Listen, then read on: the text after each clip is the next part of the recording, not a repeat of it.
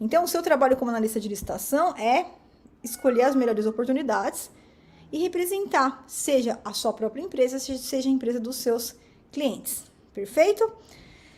E quais são os tipos de empresa que podem participar de licitação, pessoal? E para você receber mais vídeos para aprender a como se tornar um analista master de licitações e também ajudar a outras pessoas que precisam se tornar analistas masters, inscreva-se aqui no canal. Para isso, é só você clicar no botão inscrever-se. Vocês sabem, escreve aqui para mim no chat quais são os tipos de empresa que pode participar de licitação. Você acha que o MEI pode participar? Você acha que uma microempresa pode participar? Você acha que uma empresa de pequeno porte? Você acha que uma média, grande empresa pode participar? Você acha que tem algum pré-requisito? Você acha que tem algum tempo de abertura? Você acha que o MEI, uma empresa nova, ele não consegue participar de licitações? Escreva aqui no chat o que você acha. Deixa eu dar uma olhadinha só nas perguntas aqui. Neidson, você aqui aprende a pescar, tá? Não adianta nada eu te dar o peixe na mão. Então, você aprende a pescar. Se você quer se preparar para ganhar licitações sem depender de ninguém, ter autonomia para ler um edital, entender, ter critérios se precisar impugnar, analisar seus concorrentes, analisar documento de concorrente, analisar proposta de concorrente, excluir esses concorrentes, ganhar licitação. Aqui, vários estudos de casos que você encontrar no playlist Tubarão, que nós, inclusive os nossos alunos, tá? Eliminando muitos concorrentes. Estava lá em 10º lugar na licitação e vai eliminando um por um e ganha a licitação sem ficar dependendo do preço. Porque é uma estratégia clara para participar. Tem muito aventureiro participando de licitação, muita rêmora participando de licitação. A gente chama aqui que o master é o tubarão e os amadores são as rêmoras, né? Então, com a estratégia clara, você consegue ganhar as licitações com ter êxito um número muito maior de licitação, tá bom? Rômulo, em regra, o órgão público ele não vai pagar antecipadamente, tá? Existem algumas poucas exceções para pagamento antecipado, mas como que é o fluxo de pagamento do governo? Já aproveitando esse tema que eu também ia tratar.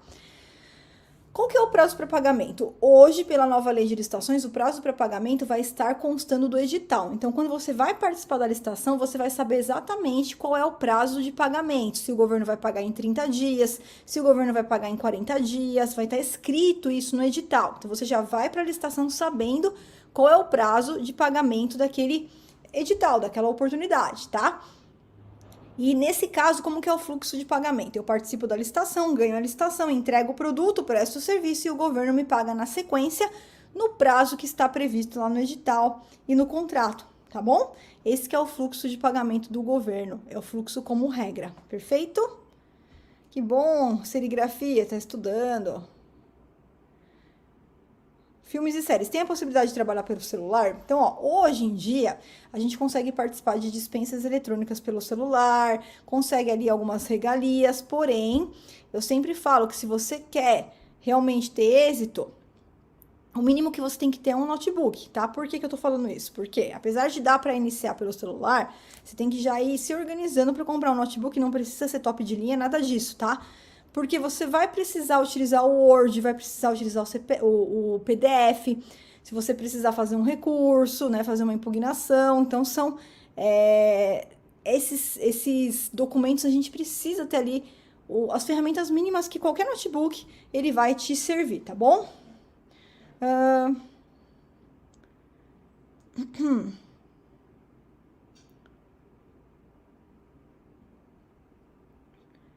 Então tá, vamos lá, pessoal. Quem que pode participar da licitação? Todas, é exatamente isso. Cleverson, Rômulo, Terezinha, todos vocês acertaram aí, tá bom?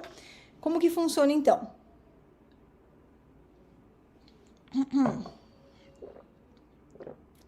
Sim, o MEI pode e deve participar de licitação, isso mesmo, Sérgio. Não, Eli, não depende de valor, eu vou explicar isso pra você, tá bom? Pode participar sim. Isso, Silvia, na nova lei, tudo preferencialmente eletrônico, tá? Se for fazer uma licitação presencial, tem que estar tudo muito justificado e tem que gravar. Então, é só na exceção. É uma exceção, tá? Tem que ter uma justificativa muito plausível ali para fazer presencial.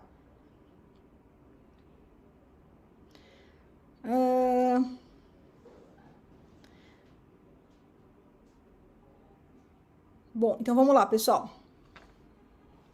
Quais são as empresas, então, que podem participar das licitações? Todas as empresas, tá? O MEI pode participar de licitações, a microempresa pode participar, a empresa de pequeno porte pode participar de licitação, uma empresa de médio ou grande pode participar. O que acontece é que eu só participo desde que eu atenda a todas as regras que estão no edital. Então, sempre em relação à documentação de participação, em relação à proposta, se eu atender aquelas regras, eu consigo participar da licitação, tá? E eu vou falar um pouquinho agora de como preparar a sua empresa ou a empresa do seu cliente para participar dessas oportunidades. Vamos lá? Vamos lá, então. Bom, o MEI ele pode participar de qualquer licitação? Sim, desde que ele consiga ter capacidade para entregar aquele objeto. Então, vamos supor, o MEI ele tem lá um limite de faturamento por ano. Não tem problema nenhum, se ele extrapolar esse limite, ele vai contratar um contador e de MEI ele passa para ME ou ele passa para EPP, tá? Então, isso é muito bom, porque isso significa que você está aumentando o seu faturamento, está ganhando mais, está enriquecendo. Então, conforme você enriquece, você muda o porte da sua empresa, passa de MEI para ME, passa de ME para EPP, tá? Nesse caso, então, como que vai funcionar, pessoal? Uma das regras do MEI, por exemplo, é ter só um empregado. Então, se eu vou participar de uma licitação e o objeto daquela licitação, por exemplo, é serviço de limpeza, o MEI ele não vai poder participar, porque um serviço de limpeza geralmente precisa contratar vários serventes, né, para fazer a limpeza ali. Então, não tem condições do MEI participar nesse caso, porque ele só pode ter um empregado.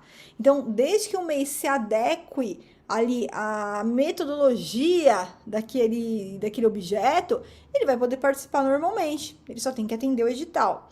E aí eu já quero falar aqui para vocês de dois assuntos que são muito importantes, que é a parte de balanço e a parte de atestados, tá? Então, quem tá perguntando, calma, que eu vou entrar agora nesse tema aqui, tá bom? Vou entrar nesse tema aqui agora. Rose, para participar de licitações tem que estar cadastrado no SICAF, principalmente se for no Compras Gov BR, é obrigatório tá, você ter o cadastramento no SICAF, tá? Para o Compras Gov BR, sim. E alguns outros editais podem também exigir esse cadastramento, não há nenhuma irregularidade nisso, hoje em dia, tá bom? Que facilita muito para fazer a análise dos documentos por parte lá do agente de contratação. Então, gente, empresas novas podem participar de licitação, tá? Coloquem na cabeça que eu vou explicar agora para vocês. Muita gente acha que uma empresa nova não pode participar, e pode. O que acontece é o seguinte, se caso a empresa não tem todos os documentos que são exigidos no edital, ela não vai poder participar. E isso é independentemente da empresa ser nova ou de ser uma empresa velha, tá? Eu tenho que atender a documentação do edital. O que acontece é que, às vezes, o edital, ele traz exigências ilegais. Ele traz documentos que não poderiam ser exigidos. E aí eu tenho que impugnar esse edital. Flávia, tem uma lista desses documentos? O que tem o que? É a rota do comprador.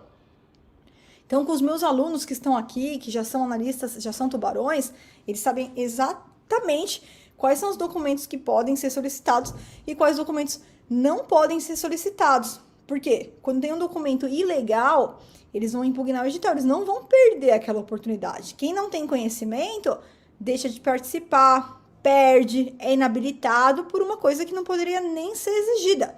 Então, com um conhecimento, você entendendo a rota do comprador, você entende quais são os documentos que podem e quais documentos que não podem ser exigidos. E aí você faz a impugnação, né?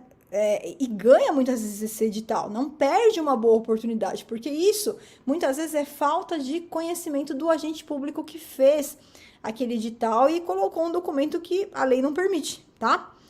Então, quais são os documentos, pessoal? A gente tem uma série de documentos. Então, a gente tem o primeiro rol de documentos, que a gente chama de habilitação jurídica, que são alguns documentos para comprovar que aquela empresa ela é real, é um empresário regular. Tem certidões de regularidade fiscal, trabalhista. Tem a parte de qualificação técnica que entra, por exemplo, se eu estou diante de uma obra, vou contratar uma obra, um serviço de engenharia, essa empresa ela tem que ter a sua inscrição no CREA, né, que é o Conselho dos Engenheiros, ou no CAL, que é o Conselho dos Arquitetos, né? E os atestados também são um dos itens que podem ser exigidos para a qualificação técnica. E na qualificação econômico-financeira, a saúde financeira da empresa, né? Onde, por exemplo, um dos documentos é o balanço patrimonial. Vamos falar um pouquinho sobre isso para novas empresas? Então, vamos lá, pessoal. Presta muito atenção no que eu vou falar agora, que isso é muito importante, tá? A primeira dúvida que as pessoas vêm me perguntar são o seguinte: Flávia, eu tenho uma empresa que não tem atestados. Como é que eu faço para participar de licitação?